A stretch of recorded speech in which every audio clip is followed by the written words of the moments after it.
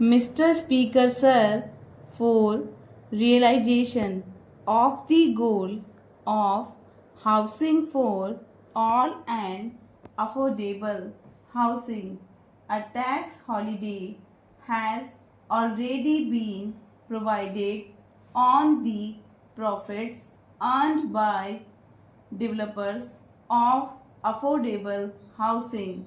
Also, interest paid on housing loans is allowed as a reduction to the extent of 2 lakh in respect of self-occupied property.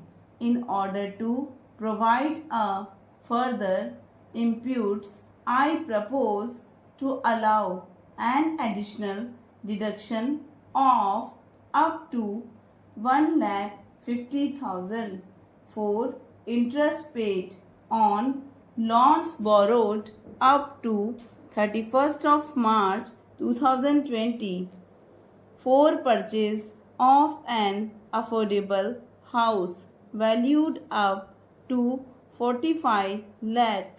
Therefore, a person purchasing an affordable house will now get an enhanced interest deduction up to 3.5 lakh. This will translate into a benefit of around 7 lakh to the middle class home buyers over their loan period of 15 years. Non-banking financial companies play an increasingly important role in India's financial system. With the enhanced levels of regulation they are subjected to by the Reserve Bank of India, there is a need to provide greater parity in their tax treatment versus scheduled banks. Currently, interest on certain bad or doubtful debts made by scheduled banks and other financial institutions is allowed to be offered to tax in the year in which this interest is actually received. I propose to extend this facility to deposit taking as well as systematically important non-deposit taking NBFCs also to promote the International Financial Services Center in Gift City. Series of measures have already been taken in the past by this government with a view to further incentivizing the IFSC.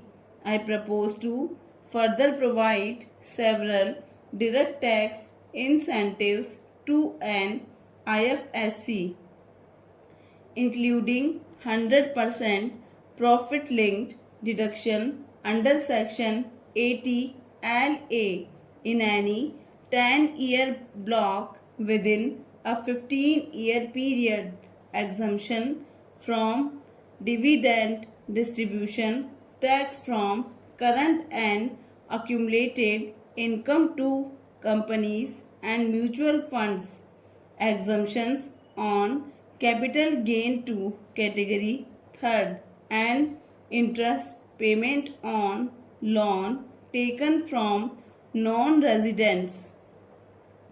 I propose to give relief in levy of securities transaction tax by restricting it only to the difference between settlement and strike price in case of exercise of options. India's ease of doing business ranking under the category of paying taxes showed a significant jump.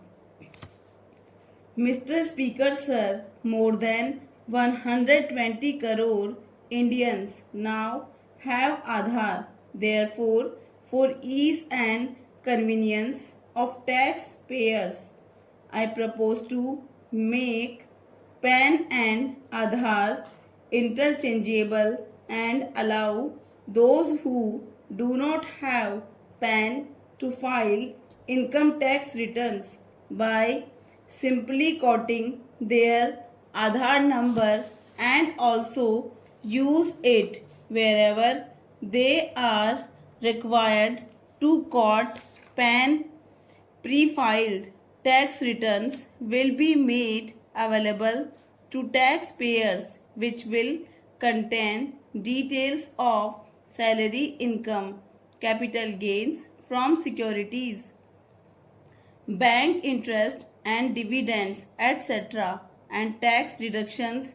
Information regarding these incomes will be collected from the concerned sources such as banks, stock exchanges, mutual funds, IPFO, state registration departments, etc.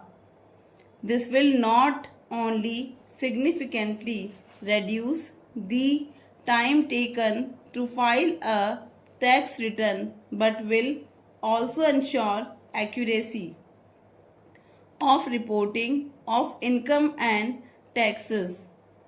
The existing system of scrutiny assessments in the income tax department involves a high level of personal interaction between the taxpayer and the department, which leads to certain undesirable practices on the part of tax officials.